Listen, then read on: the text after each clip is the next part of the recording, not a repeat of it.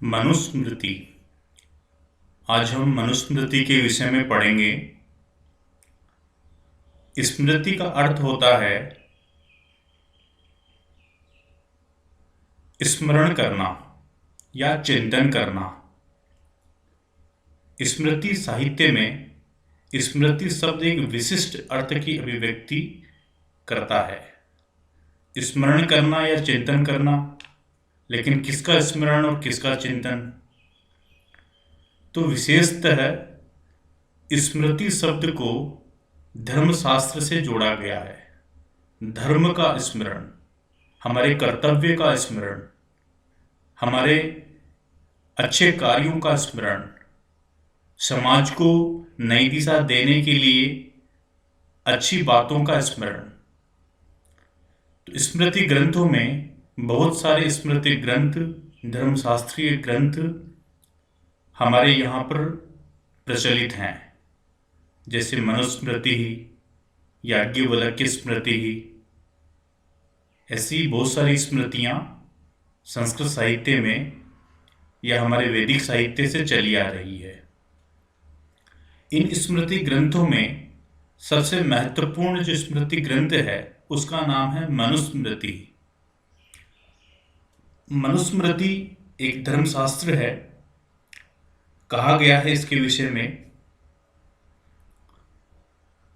कि श्रुतिस्तु वेदो विज्ञेयो धर्मशास्त्रम तु वै स्मृति।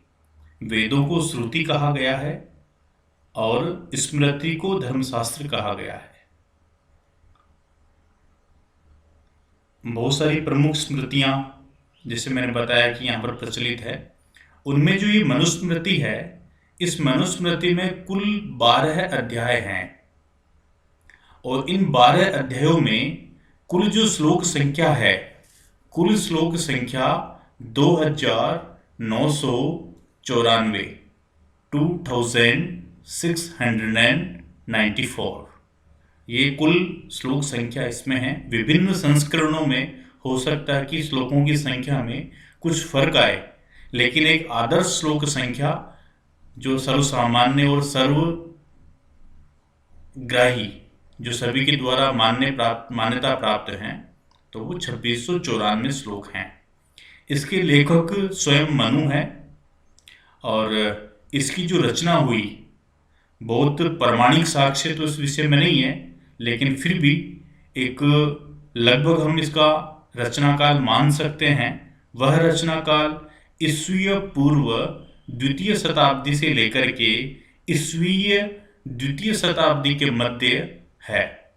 यानी मनुस्मृति की जो रचना है ईसा पूर्व द्वितीय शताब्दी से लेकर के ईसवीय द्वितीय शताब्दी के मध्य माना जाता है। तो लगभग 400 वर्ष, 200 वर्ष ईसा पूर्व के और 200 वर्ष ईसा पश्चात के, ऐसे 400 वर्षों में कभी न कभी इस महत्वपूर्ण ग्रंथ की रचना हुई है, ऐसा मानते हैं। मनुस्मृति में जो छंद है, जिस छंद में मनुस्मृति की रचना हुई है, वह छंद अनुष्टुप है। वैदिक साहित्य में गायत्री, ऊष्णिक, अनुष्टुप, बृहति, पंक्ति, त्रिष्टुप, जगति, अतिजगति, इस प्रकार से लगभग 21 छंद वैदिक साहित्य में प्रयुक्त हुए हैं। उन 21 छंदों में जो सबसे महत्वपूर्ण और सर्वाधिक प्रचलित जो छंद है वह अनुष्टुप छंद है।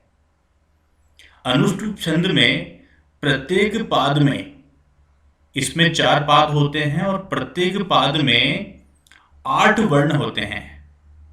ऐसे 4 पादों में मिलकर के 32 कुल वर्ण अनुष्टुप छंद में माने गए हैं, होते हैं। इसके लिए इसका जो लक्षण है वह है श्लोके षष्ठम गुरु गेयम सर्वत्र लघु पंचमम द्विचतुष्पादयो रस्वम सप्तमम दीर्घमन्नयो। तो जब श्लोकों का जो कॉन्सेप्ट आएगा उसमें हम और अच्छे से इस अनुष्टुप छंद को समझेंगे। अभी केवल हमें इतना समझना चाहिए कि जो मनुस्मृति है, मनुस्मृति में प्रायः अनुष्टुप छंद को प्रयोग किया गया है। इसके रचना के बाद बहुत सारे इसके टीकाकार हुए हैं, और उन टीकाकारों में जो सबसे प्रसिद्ध और सभी के द्वारा स्वीकृत ऐसे एक महान टीकाकार है, उनका नाम है मेधातिथि। मेधातिथि, इनका जन्म 900 ईस्वी के आसपास माना जाता है। इन्होंने मनुस्मृति में क्या है, क्या विशेष है, तो मनुस्मृति की विशेषताओं को या धर्म के स्वरूप को 5 भागों में बांटा। इनमें प्रथम है वर्ण धर्म। हमारे यहाँ पर 4 प्रकार के वर्ण प्रचलित है: ब्राह्मण, क्षत्रिय, वैश्य और शूद्र। इन चारों वर्णों के अपने अपने कर्म हैं। एक वर्ण व्यवस्था एक सामूहिक समाज को और अच्छा बनाने के लिए, समाज को या अपने जीवन को और व्यवस्थित बनाने के लिए जो वर्ण व्यवस्था है, उसके विषय में गंभीरता से इसमें चिंतन हुआ है। और धर्म का एक महत्वपूर्ण पार्ट वर्ण है। यदि सभी वर्ण अपना दायित्व, अपना कर्तव्य अच्छी प्रकार से निर्वहन करेंगे तो समाज में बहुत सारी समस्याएं खत्म हो जाएगी, ऐसा मेधातिथि का मानना था। और उन्होंने वर्ण को एक धर्म का नाम दिया, एक वर्ण को धर्म की संज्ञा दी। ऐसे ही श्री कृष्ण भगवान ने भी गीता में वर्ण के विषय में कहा है, चातुर्वर्ण्य मया सृष्टम गुणकर्म विभागशः, कि 4 वर्णों की मैंने जो रचना की वो गुण और कर्म के आधार पर की। जन्म के आधार पर वर्ण व्यवस्था की बात उन्होंने नहीं की, उन्होंने केवल गुणों और कर्मों के आधार पर वर्ण व्यवस्था की बात की। तो वर्ण को एक धर्म का नाम मेधातिथि ने दिया। ऐसे ही आश्रम धर्म, 4 प्रकार के आश्रम हैं। ब्रह्मचर्य आश्रम जो पहला है, गृहस्थ आश्रम, वानप्रस्थ आश्रम और संन्यास आश्रम। ब्रह्मचर्य आश्रम में अपनी इंद्रियों को वश में रख करके केवल अध्ययन करना, विद्याएं सीखना, समाज के प्रति अपना दायित्व समझना, तो ये ब्रह्मचर्य आश्रम में। उसके बाद गृहस्थ आश्रम। गृहस्थ आश्रम में शुद्ध, सात्विक और पवित्र जीवन जीते हुए, अपने गृहस्थ जीवन को सही बनाते हुए अपने कर्तव्यों का निर्वहन करना। वानप्रस्थ आश्रम, अपनी आध्यात्मिक चेतना को जगाना। कर्तव्यों से जब कर्तव्य पूर्ण हो जाते हैं, गृहस्थ कर्तव्य जब पूर्ण हो जाते हैं, तो अपनी आध्यात्मिक चेतना को विकसित करने के लिए वानप्रस्थ आश्रम।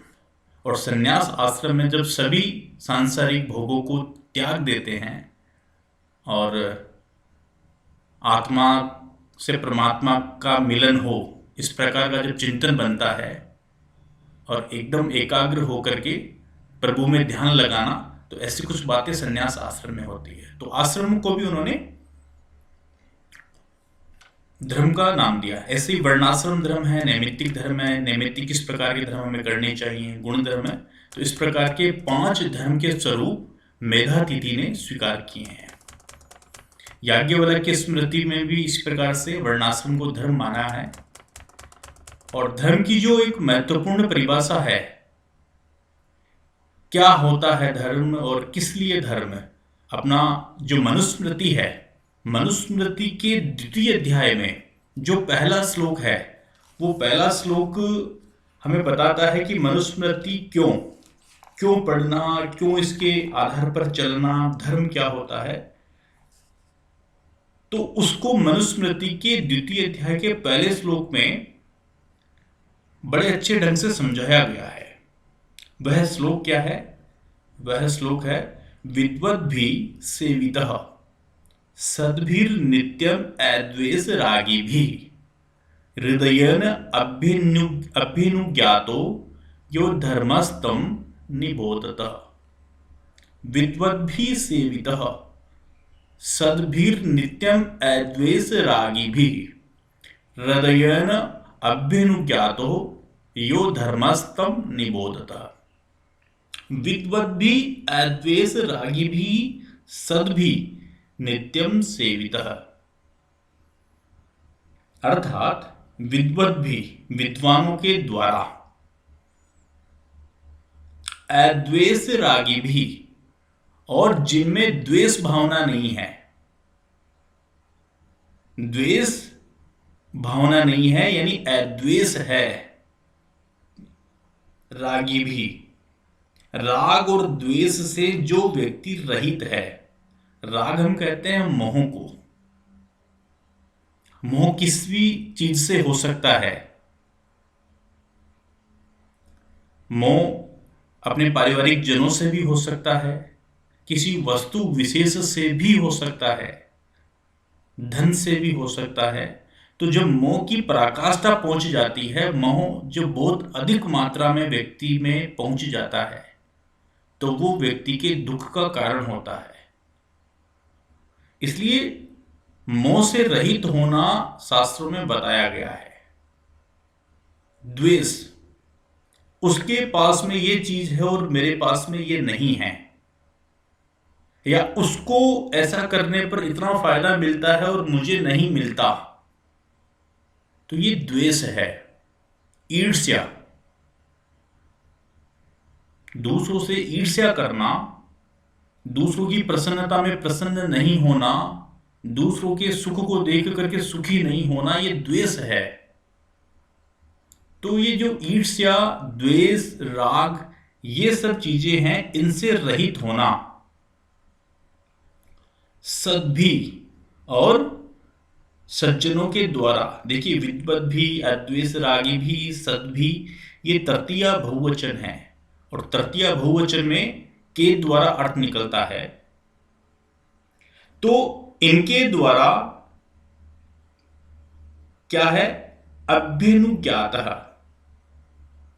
हृदयेन अभ्यनुज्ञातः, हृदय के द्वारा अभ्यनुज्ञातः, अभी अनुज्ञातः, जो अनुमोदित किया गया है, इनके द्वारा जो समझा गया है, वह यह धर्म तम निबोधतः, यह यानी जो धर्म, धर्म तम यानी उसको, निबोधतः समझो। देखिए विद्वानों के द्वारा, सद्भी सज्जनों के द्वारा, अद्वेष रागी भी, हो सकता है विद्वान हो लेकिन राग और द्वेष से परे हो। हम समझ सकते हैं कि मान लीजिए किसी ने गीता का पूरा पाठ कर लिया, गीता को पूरा रट लिया, या रामचरितमानस को पूरा रट लिया, या महाभारत रामायण को किसी ने पूरा पढ़ लिया, लेकिन फिर भी राग और द्वेष से वो परे नहीं हो पाया। राग और द्वेष जैसे जो विनाशक तत्व है, इन तत्वों को यदि वो नहीं छोड़ पाया तो हम विद्वान तो है लेकिन उसको धर्म को जानने वाला नहीं कह सकते। सद्भी, सज्जन भी है लेकिन अद्वेष रागी भी, द्वेष और राग को यदि नहीं छोड़ा तो हम उसको अच्छा नहीं मानते।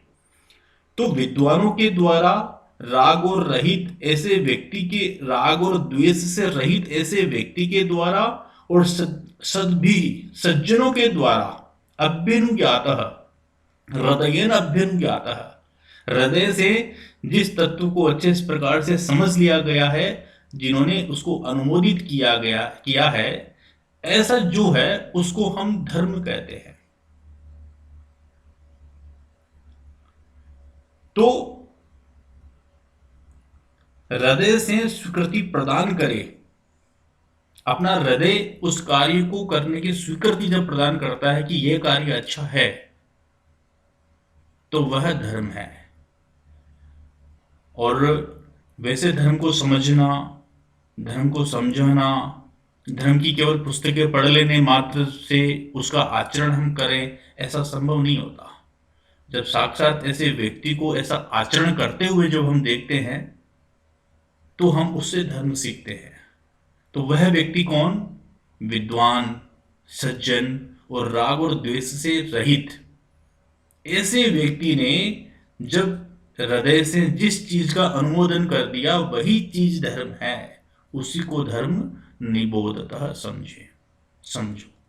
देखिए, ये धर्म का प्रमाण है कि धर्म किसको हम कहेंगे। प्रमाण चार प्रकार के होते हैं: प्रत्यक्ष, अनुमान, उपमान और शब्द। प्रत्यक्ष प्रमाण क्या हुआ? मान लीजिए मैं रास्ते से आ रहा था और मैंने रास्ते में बारिश होते हुए देखा और मैं भीग गया, तो मैं कह सकता हूं कि बारिश आ गई, बारिश हुई क्योंकि मैं भीग गया, तो मैं उसका प्रत्यक्ष प्रमाण हूं। अनुमान, मैं रास्ते से यूनिवर्सिटी पहुंच गया, तब तक बारिश नहीं थी, मैंने देखा कि रास्ता पूरा सूखा हुआ था।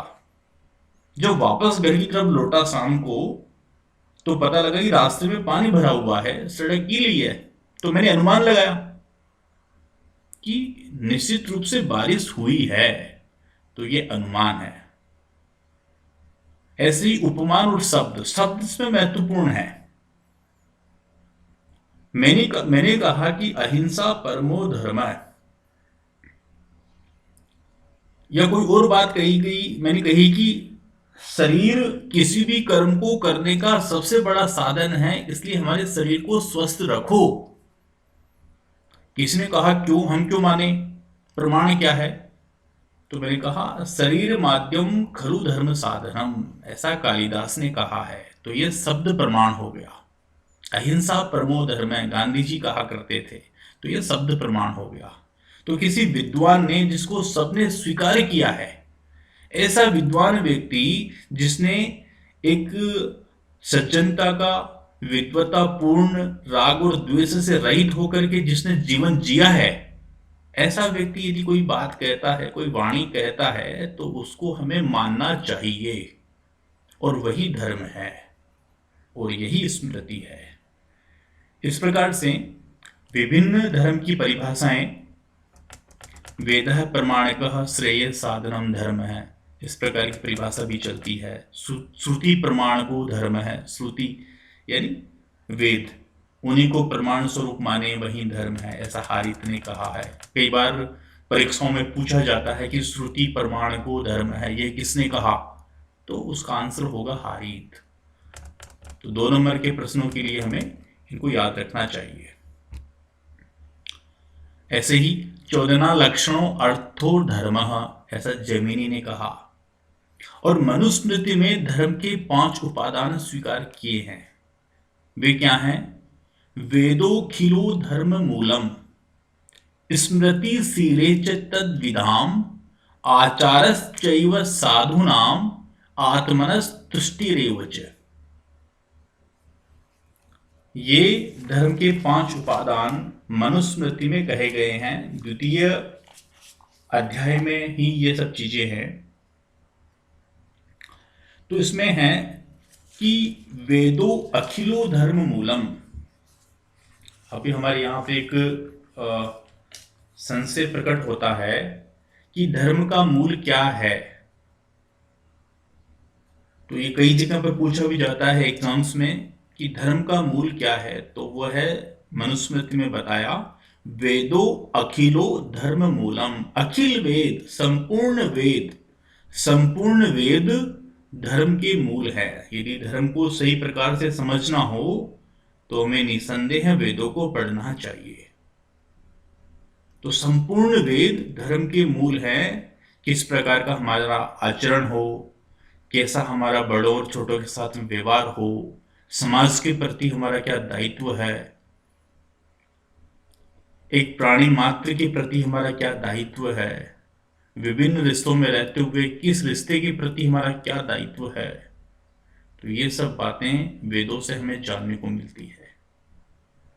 हमें सत्य आचरण करना चाहिए, अहिंसा का व्रत धारण करना चाहिए, प्राणी मात्र की सहायता करनी चाहिए। ये सभी बातें वेदों में बहुत ही अच्छी तरीके से समझाई गई है। तो उसको हमें पढ़ना चाहिए, उसका आचरण हमें करना चाहिए।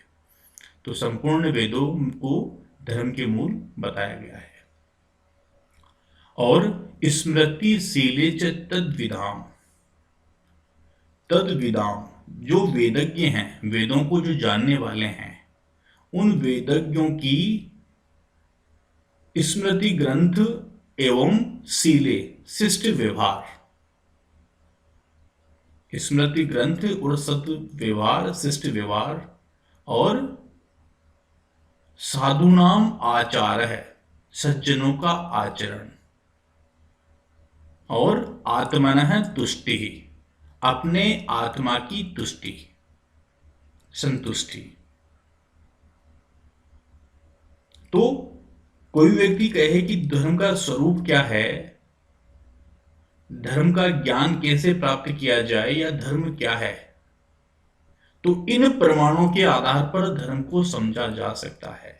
संपूर्ण वेद, तो संपूर्ण वेद में संहिता ग्रंथ है, ब्राह्मण ग्रंथ है, आरण्य ग्रंथ है, उपनिषद हैं, सूत्र हैं, ऐसे ही बहुत सारे और ग्रंथ हैं। तो ये सभी ग्रंथ धर्म के मूल हैं। यदि धर्म के वास्तविक स्वरूप को समझना हो तो वेदों को हमें पढ़ना ही चाहिए।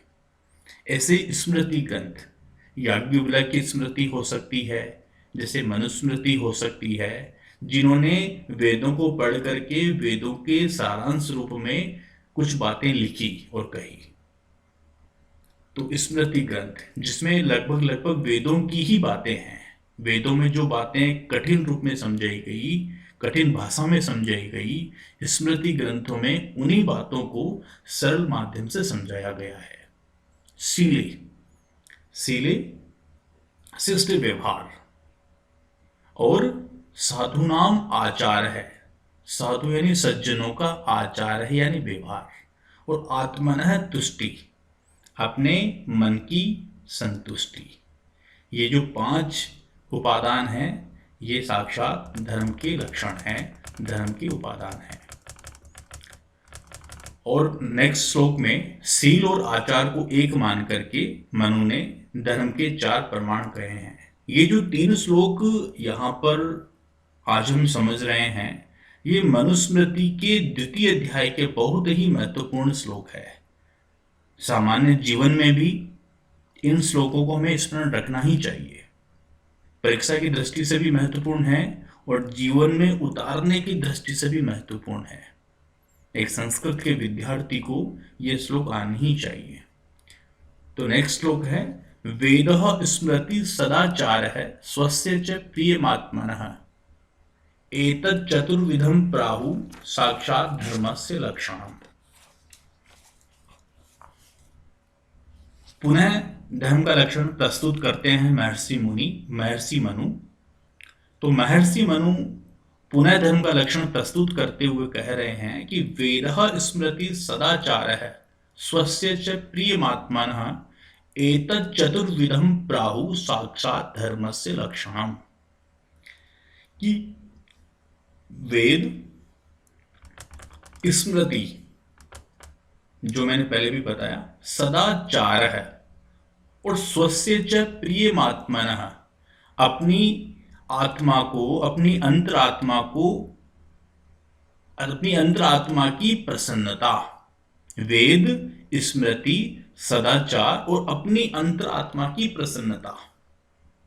एतत् चतुर्विधम प्राहु, ये जो 4 चीजें हैं, साक्षात धर्मस्य लक्षणम्, ये चारों साक्षात धर्म के लक्षण हैं।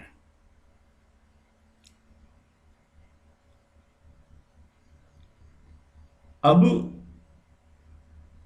स्वस्य च प्रियमात्मनः है, हमें ये करना चाहिए या नहीं करना चाहिए, इसका निर्णय स्वयं हमारी आत्मा लेती है, और आत्मा को वह कार्य करना चाहिए जिसमें अपने मन को प्रसन्नता प्राप्त हो। जब हम किसी का परोपकार कार्य करते हैं तो हमारे मन को बड़ी प्रसन्नता होती है, और कोई व्यक्ति जब किसी व्यक्ति को कष्ट पहुंचाता है तो निसंदेह वह खुश नहीं रह सकता। तो अपनी अंतरात्मा की प्रसन्नता के लिए कार्य हो, और वो कब होंगे? जब वेदों का स्मरण होगा, वेदों का ज्ञान होगा, स्मृति ग्रंथों का धर्म शास्त्र हमारे साथ होगा, और सदाचार, अच्छा आचरण, बड़ों से, छोटों से, समकक्ष से किस प्रकार का हमारा अच्छा आचरण हो सकता है, तो अच्छा आचरण और अपनी अंतरात्मा की प्रसन्नता, ये चार साक्षात धर्म के लक्षण हैं। जिन्होंने इन चारों को सही से समझ लिया वह धर्म के मार्ग पर है, ऐसा हम कह सकते हैं। अब कुछ धर्म के लिए सर्वोच्च स्थान कौन सा है? यूनेस्को ने ऋग्वेद को विश्व का सबसे पुरातन ग्रंथ घोषित किया है। अब आप समझ सकते हैं कि जिस देश में विश्व का सबसे पुरातन ग्रंथ यानी ऋग्वेद है, तो निश्चित रूप से सबसे पहले संस्कृति भी वहीं पनपी होगी, संस्कृति का आविर्भाव भी वहीं पर हुआ होगा, अन्य ग्रंथों का आविर्भाव भी वहीं पर हुआ होगा। तो इस प्रकार जो हमारा ब्रह्मावर्त प्रदेश है, सरस्वती और दृशतवती के मध्य का जो क्षेत्र है उसको ब्रह्मावर्त प्रदेश कहते हैं। उस ब्रह्मावर्त प्रदेश को धर्म के लिए सर्वोच्च स्थान माना गया है। तो कई बार परीक्षाओं में पूछते हैं कि धर्म के लिए सर्वोच्च स्थान कौन सा है, तो आंसर होगा ब्रह्मावर्त प्रदेश।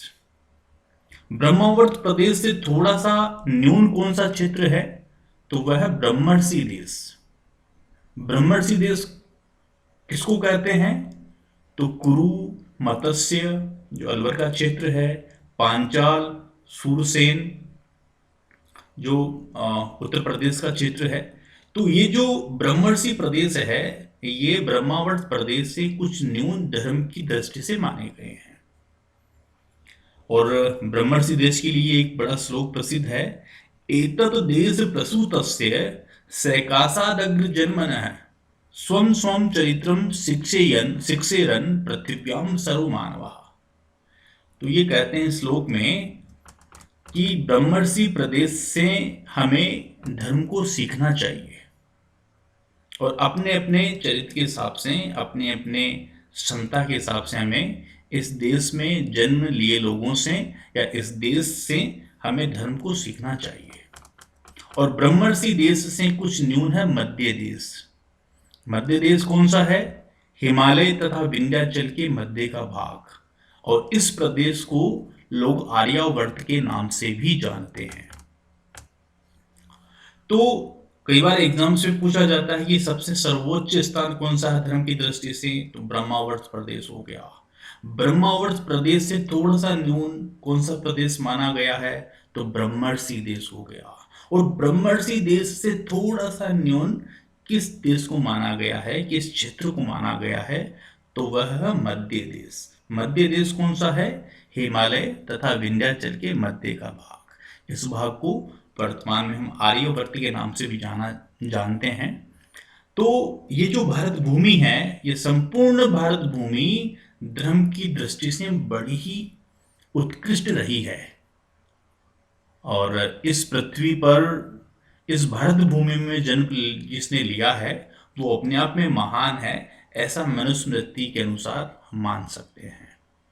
तो मनुस्मृति एक धर्मशास्त्र का धर्म ग्रंथ है और जिसमें अपने कर्तव्य और अकर्तव्य को बताया गया है। हमारे सिलेबस में द्वितीय अध्याय है। द्वितीय अध्याय के एक एक श्लोक को हम गंभीरता से पढ़ेंगे। ये एक सामान्य परिचय था जिसमें हमने द्वितीय अध्याय की कुछ महत्वपूर्ण श्लोकों को पढ़ाया और इसके सामान्य परिचय से आपको अवगत करवाया। धन्यवाद।